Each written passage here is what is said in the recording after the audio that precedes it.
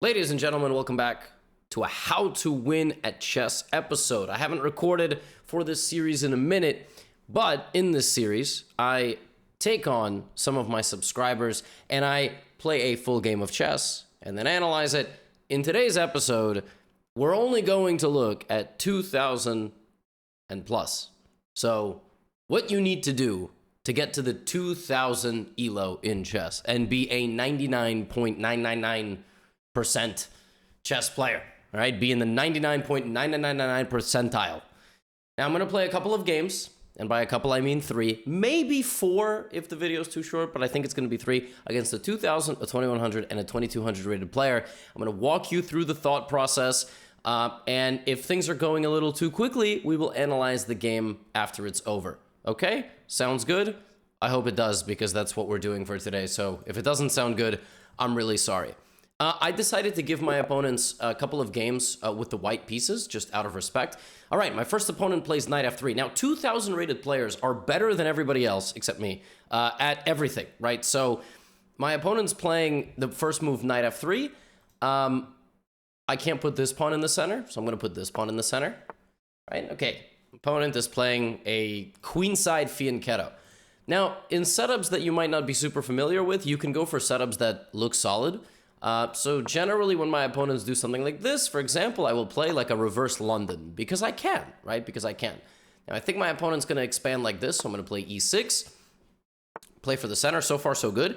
I don't necessarily have to play the move c6. I'm going to just develop and castle my king. I haven't put my bishop out there because it can get hit by enemy pawns. Now I'm going to castle. And another useful move in the future will be h6. And anytime you bring out a bishop like this, as you get stronger at chess, you're going to learn there's these obscure knight jumps that the opponent can sort of use to try to get the bishop pair. So I'm going to play h6. I'm going to preemptively kind of prepare my escape. I could play c5, and I can also play c6. Now, I think to complete the London in reverse, I will play the move pawn to c6. Now we have our kind of London-esque position. Now I'm done with my development, and now is really where the games begin. Now is where one of us proves that we are 2,000, and one of us proves that we are 2,750, or one of us proves that we are, lower rated than 2,000. It's a very close position. Nothing has been traded, okay, queen to d2 is certainly a move. In any given position, you need to evaluate. First of all, you always have to scan forcing moves like checks, captures, and attacks. I don't really have any checks, captures, and attacks, if I'm honest. What I do have is like potential to jump into the position, right? Knight to e4. I might play bishop b4 as well. It's a position that's very unclear. But what we don't want to do in a real game is we don't want to burn a massive amount of time. So I will in fact take advantage of my opponent's recent move. Now I have a big decision. Do I take with the pawn or do I take with the bishop? Now, if I take with the pawn, I'm doubling my pawns. I'm also giving away a little bit of equity in the center, but I'm sending the knight back. It can't go forward, because if knight e5, I'm just going to take. In fact, I could just play knight e5. Now, by removing the knight from the center of the board, this area loses a bit of defense. So I'm thinking maybe slide forward and start to try to take advantage of that. Maybe open the door for my queen a little bit. Just a logical follow-up, because I've started taking serious control of the central squares. Okay, that's a very big move by my opponent, potentially weakening some light squares. Now, I cannot go queen h4, but what about a move like queen g5? Just sort of arbitrarily indicating like, hey, I mean business. All right, and then maybe my knight will go there as well. Knight to g2, it's a move for sure. I can continue, right? I can sort of continue walking over there. I don't see anything necessarily wrong with the move bishop h3, so I'm just going to linger. I'm just going to linger over there. Now, maybe my opponent unpins. Maybe they try to strike back with a move like f4. Now, if f4, I don't have to take en passant. And as you get stronger in chess, you're going to learn like every single trade has a winner and a loser. And I think in that particular exchange, I think white is happier. All right, white does move out of the way. Could white potentially open up in the center? Maybe I want to move my rook to kind of meet my opponent there. Right, and I'm moving this rook because the f rook could be used for an attack. If I move the other rook there, this rook would have sort of been stuck, but I like moving this rook. Now, a funny move here would be queen a5, trying to take advantage of me moving my rook, because it would hang a queen in one move. And it's like very rare that two queens can interact on such a trajectory. But I did, for half a second, think like, wait, what about that, right? Now, I mentioned earlier, trades. This trade, not good for me. That knight is a non-factor in the game. My bishop, however, is a menace. Like, my bishop is instigating and is very annoying. So queen slides over, attacking the pawn. I can advance a pawn, or I can move my knight first. Personally, I like the concept of moving the pawn because locking up pawns with other pawns in the center makes them very difficult to deal with. And I thought I can still go here with my knight. Now, I did expect this move. I did verbally mention that this move was possible. And now, especially with less time on the clock, things get very, very critical. If I play e5, my opponent takes. Maybe I take and then I close the center. So maybe I'm going to take one time. It's always nice. Take one time. Take just once. And then lock the center. And now a closed center benefits the attacking side. Not and now, but I'm saying that's just a concept in chess. The center is now deadlocked. And with it being deadlocked, I can now really, really go and start hammering down into the white position. This trade would probably be beneficial for me because by removing white's light squared bishop from the board, a lot of the light squares will lose their value. Furthermore, we don't have to give checkmate. We have to understand we don't want to give checkmate. We're all about controlling the position. Does this move have an idea? I don't really know. I mean, I don't see the idea. I want to go f4, but then there's queen takes. I could also play h5. Like, I can continue to attack. I think I'm just going to play logically, and I obviously need to speed up. I have 2 seconds bonus time, and I deliberately made that the time control so that, I didn't lose on time, but I don't want to just kind of sit here and take advantage of that. But yes, we're just playing natural moves. We're trying to make progress. We don't always have to give checkmate. Like in the endgame, for example, that knight is going to be very bad because it's going to struggle to get out. Positions transform at this level. At the 2000 level, it's all about minimizing the chaos and controlling the game. You'll notice my opponent is really, really thinking because they are just totally unable to break through my center. My center is just bulletproof. f4. Okay, now I mentioned a long time ago, taking en passant is not something that, see, a long time ago I said that. In this case, however, if I don't, I either have to do this, right, or get forked. So I think I will take now, and maybe we just keep going. Like, maybe we just keep hammering away. Pawn to e4, sending the bishop backwards. And maybe at some point I do take, because the knight is a critical defender. Now look at this. Can I sacrifice my bishop? That actually does look very good. In chess, you need 2 more attacking pieces than there are defenders. That's mate. And then my knight comes in, and that's also mate. Oh my goodness, look at this. Queen h2 is a checkmate, and I'm just overwhelming the white king here with my queen and bishop. And I don't think my opponent has a way out. Now, the only way out, I think, is bishop e5. Opponent just resigns, and oh my gosh. I was winning, but I wasn't as winning as I thought I was. Oh, I missed a crazy defensive resource here. Wow. Okay, I'm still winning, but there's a crazy, crazy move here to protect against queen h2 mate. Oh my gosh, I did not see that. It's not just bishop e5. How does white stop queen h2 checkmate? Can you find it? Because I didn't find it.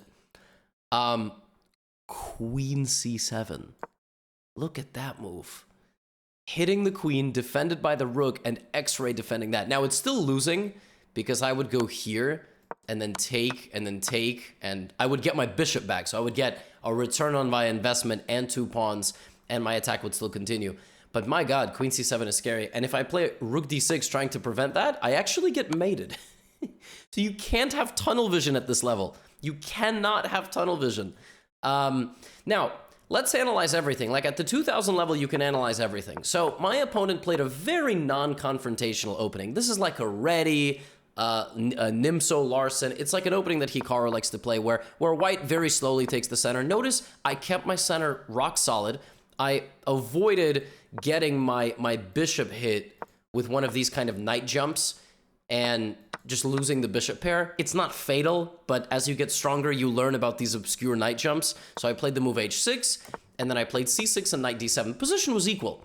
The problem is that my opponent almost immediately went wrong with the move queen d2. And what that move allowed is for this move to come in with a tempo. It allowed that move to come in with a tempo.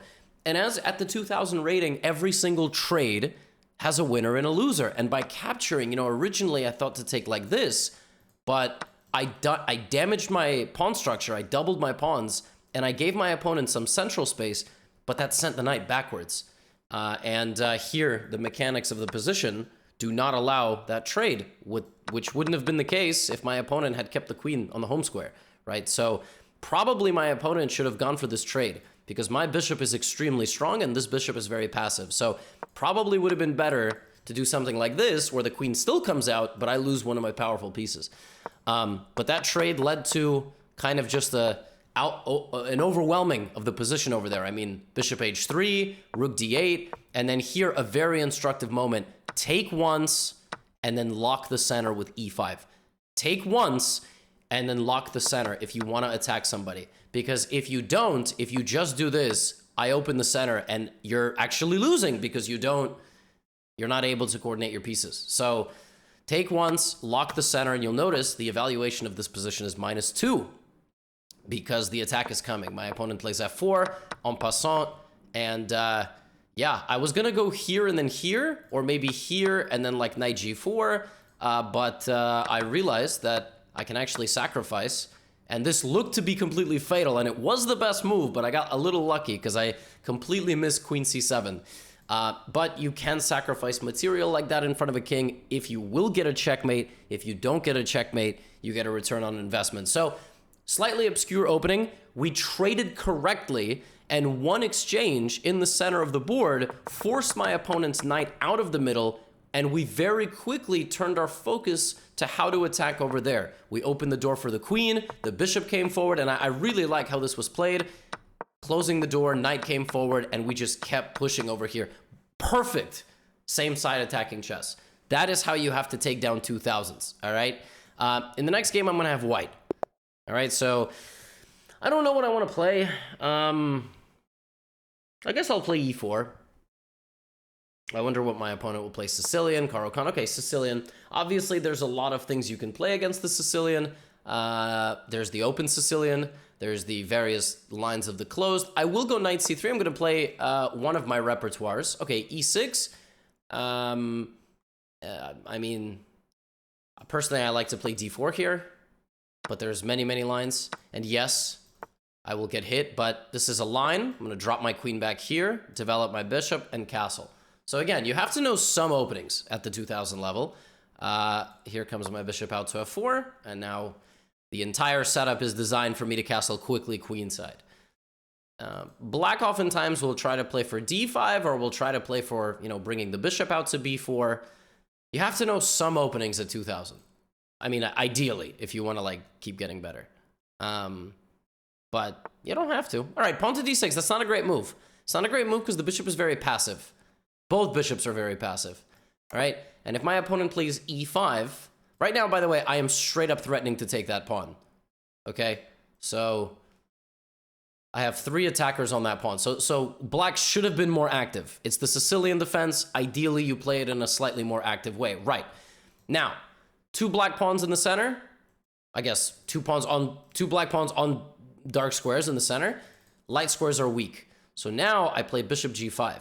And the idea of this move is that I apply pressure to the knight and destabilize the light squares even more. Now, I can continue to try to fire away with moves like f4. In fact, I kind of want to. But also a very useful move anytime you are castled queenside is to play the move king b1. In this case, however, I think there's nothing wrong with the move f4. And if takes, then of course I come back. I think a good move here by my opponent would be to force a decision out of my bishop. To force me to, yep, good move. Very well timed. See? Now I don't get what I want. They're forcing me to go here. And that could be a problem. Maybe I should have taken even faster. Maybe f4 was not necessary. Oh. Now I think we shut the door. And now the bishop is going to struggle to come here. By locking the cage, the bishop will struggle to get out. And castling this way is basically out of the question because I will just brutalize. Now, the last thing that I need here is to trade that knight. If knight d4, I'm going to play knight f3 without even thinking. Why? Because it's a close position. It's a close position because look at this blob, right? Black at some point might just have to give up the d-pawn to open up the bishop. Now, I think I'm just going to play knight f3. I could also play knight d5 right away. I don't really see a difference. There might be a difference. I also can target a pawn near the enemy king by playing bishop e2, bishop h5, which is very interesting. But I am not 100% certain about what I want to do yet, so let's play the simple move we can analyze later. There is nothing wrong with developing my knight and subsequently cutting off the blockading move knight d4. Yeah, I think now it's important to understand where the shift of play is going to happen. I think black's position is basically dead in this area. I think black is going to try to come forward over here, which makes a lot of sense. That's really actually how the Sicilian defense goes. There's a lot of queenside play. Okay, knight b4 attacks the queen. That counter attacks the knight and gets the queen out of the way. So I think that's probably a very reasonable move. And this is something you have to understand as a 2100. Like it's important to understand where the play has ended and now where it will move to. I don't like the move knight b4. I think it was a little short-sighted. It was a bit of a short-sighted move because it was just a one mover. And one movers at the 2100 level aren't exactly the same. Okay, queen b6 defends this, and important to scan checks. And important to scan checks. That check is not very scary. I just go king b1. So now I'd really like to play this. However, I don't want to trade my knight. I just want my knight to be there, no questions asked. So I'm going to play a3. Chess is simple. I don't evaluate that trade as good for me. I would rather have a knight on that square permanently. It's an outpost square in the opponent's position, a square on which you live forever in the opponent's territory. You cannot be easily removed. And here comes knight d5, unless I'm missing something. And that looks like a fantastic square for my knight. I mean, my goodness. Queen will probably try to hang out. And then, right. It's never too late to play king b1. I still kind of want to play this move. And I need to keep like my foot on the gas. I'm up 20 seconds in this game. It's important also when you're playing any type of chess, you got to keep clock pressure. So I will play king b1. It's just sort of a general improving move when you've castled on opposite sides. It's almost always useful. And yeah, okay, here comes the rook. So can I take with check? I can take maybe some of those things. I can go queen back to d3, anticipating the arrival of the rook. Can I take this bishop and cash out? I think I can. I'm removing the defender of the pawn on d6. So I'm cashing out, all right? I'm going to get an extra pawn. That was my idea. And now I still have an advantage. But of course, I don't have as aesthetic of a position anymore. That pawn is a little bit weak. Okay, my opponent is trying to disallow me from moving the bishop, but I can still move the bishop. But I don't know, maybe g3 is useful. Maybe h3 to play g4 looks pretty nice. Just create a big pawn wall and also block out the rook. Yeah, that's a great move. Okay, seems like we're having a dialogue now about enabling this move. And I could have played bishop d3. I think that's also probably pretty reasonable. Of course, the deeper we get into this endgame, trades are getting worse and worse for my opponent. Rook g3 is a fantastic move. Wow. That's a really great move. And now you can build behind that. That's very annoying. Very annoying move. Oh my goodness. Okay, I think I'm going to try to trade the rooks. I think I'm going to play rook d3 and just try to get rid of that rook. That was a really annoying move. Good move by my opponent. Knight d2 to try to trade the rook. Probably my opponent should get, okay, they trade. I don't think trading was the best, but they do trade. Now I do in fact get my g4 move. Pawn takes, pawn takes. I'm still not thrilled. I mean, I'm not thrilled. This could have been a bit smoother. Okay, now I'm kicking the knight out, and here we go. All right, my position is now firing on all cylinders. I want to move my rook, but then I lose my pawn. I think I'm going to go here. Okay. I can also play b4. Now I'm controlling my opponent here. I'm not allowing my opponent to move. Very nice position, slowly encroaching. Maybe g5 at some moment. Can I trade? I think now is the moment to go g5. I can trade rooks. I can also take that, but If take, then take. Gotta be careful. So let's keep it simple. Knight takes g5. I think my opponent pre-moved that. That was not a good pre-move. I think they got a bit nervous. They thought I was going to trade rooks, but I played knight takes g5, and yeah, now it's just losing. Now, to win this game, we got to hunt the weaknesses still. It's, you know, there we go. Oh, there's also... I was going to go rook d6, but it doesn't work. All right, we get that. Rook b6, just taking squares away, and now we have a majority. This is called a 3-on-1, so we can play pawn to c4. We'll trade, and we can come right back. Bishop is dominating the knight. And we can simplify. Very easy. Rook b7. There we go. This is the easiest endgame to simplify too, because you simply have more pawns. See, in this endgame, there is no, there is no drama.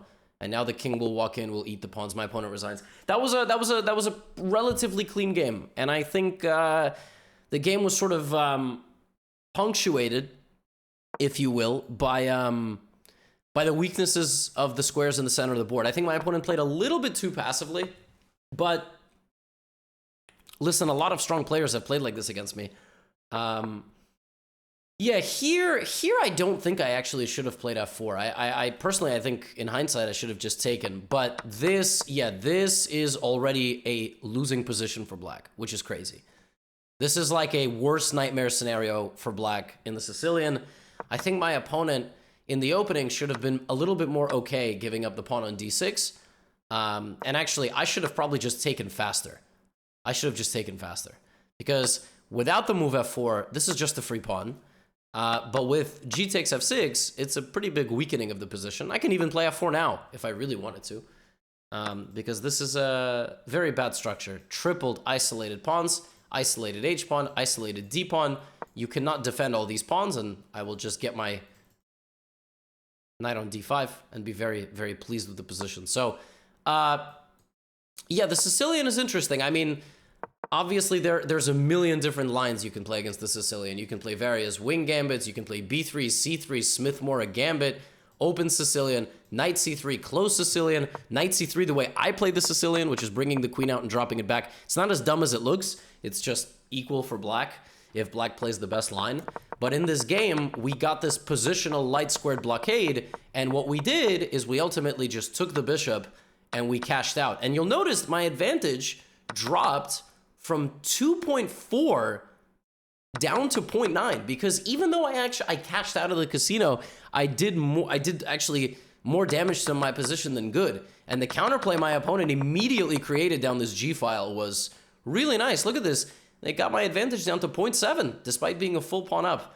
But I think it immediately backfired because here it's back to a very sizable and healthy 1.5. My opponent just doesn't have any play.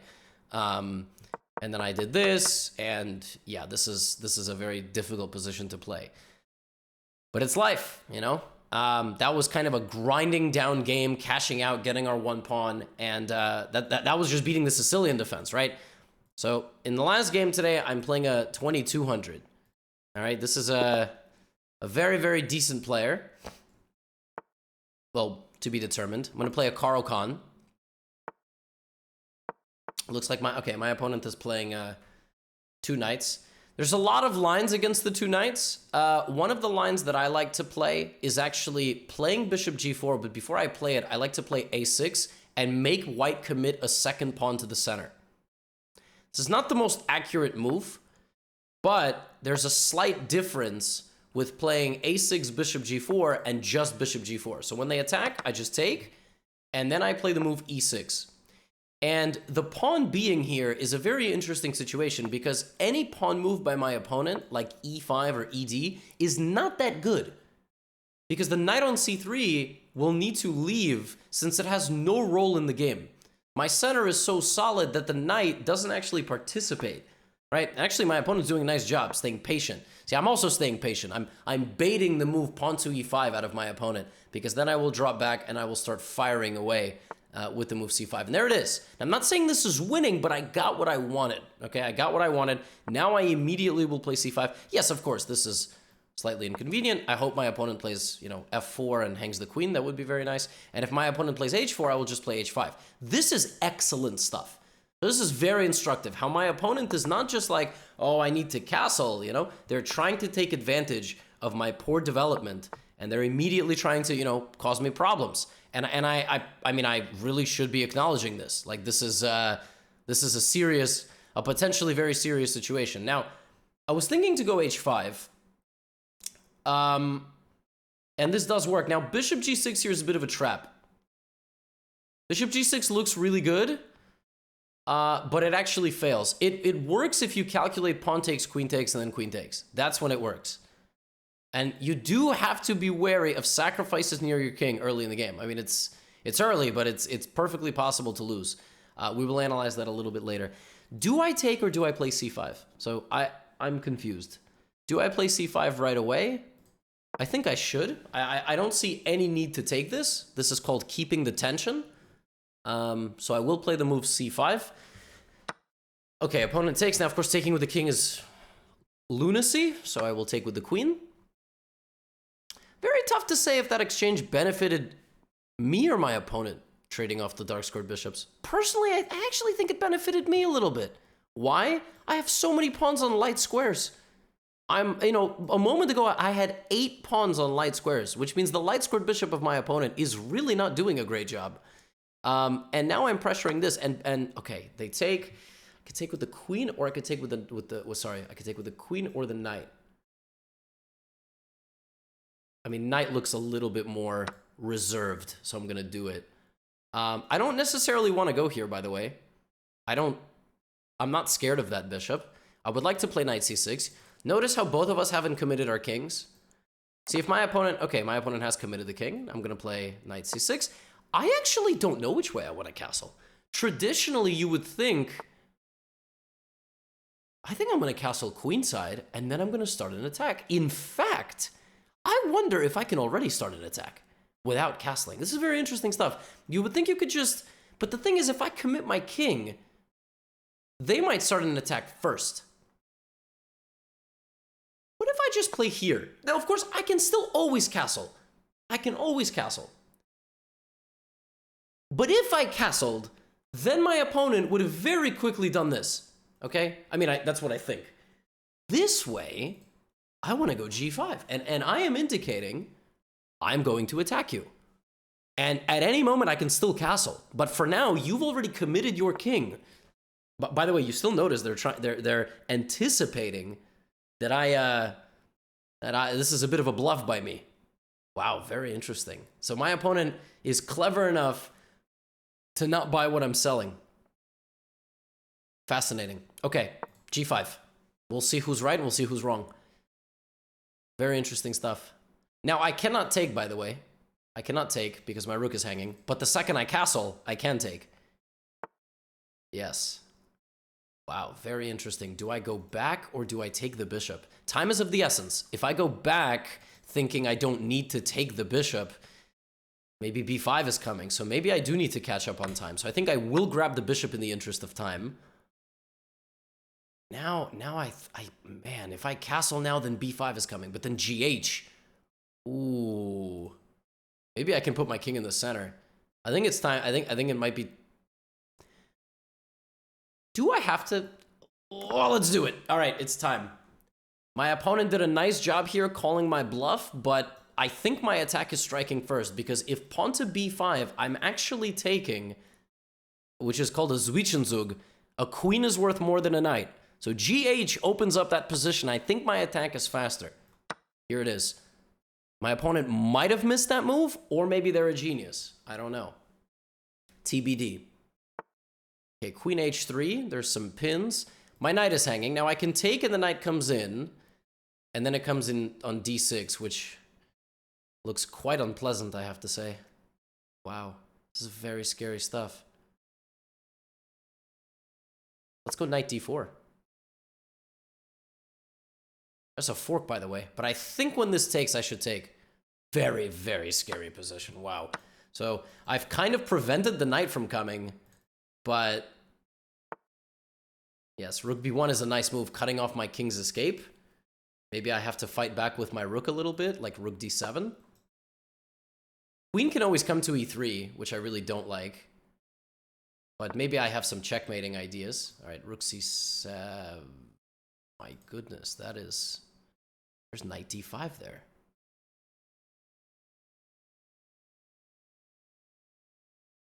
Let's see, does my opponent see knight d5? Oh, they missed it, thankfully. Wow. Incredible game. I'm gonna block my opponent's queen. This is a crazy game. f5, rook g3, and the queen has to go back. Wow. Very complicated. A lot of tactics. Knight takes d5 was missed there by my opponent. I kind of let him get it a little bit. Sometimes I like to just see if my subscribers are staying sharp. Okay, rook g3 looks really convincing. There is this now. Wow. Wow. Really? Now they spot it. That's amazing. Okay. That's really impressive. Oh, but that let me get that. Now my rook can sneak away. Oh my goodness, this is unbelievable. What a game. Woo! Crazy, crazy game. Okay, I want to give this check. The rook and the knight are both hanging. Check. King e3. Check. We're going to trade the knights. And I'm going to try to take this pawn and try to win the endgame. But I think I'm just losing here, maybe. This is craziness. Okay, my pawn goes down. Wow, what a game. Crazy.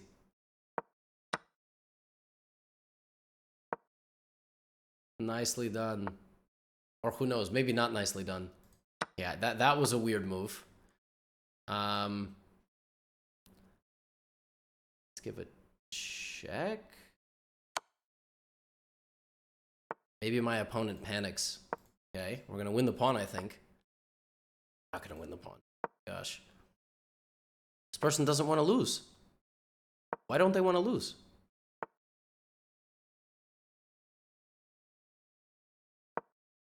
I hung my pawn. Oh my gosh. Oh, that's crazy. Oh, I think that might not work though.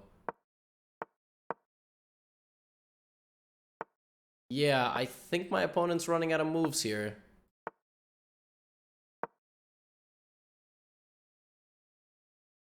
This is so tricky. Oh, now they get mated.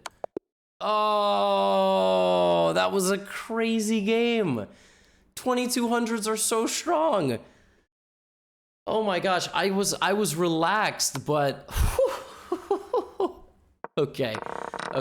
First of all, this is a very, very instructive rook endgame.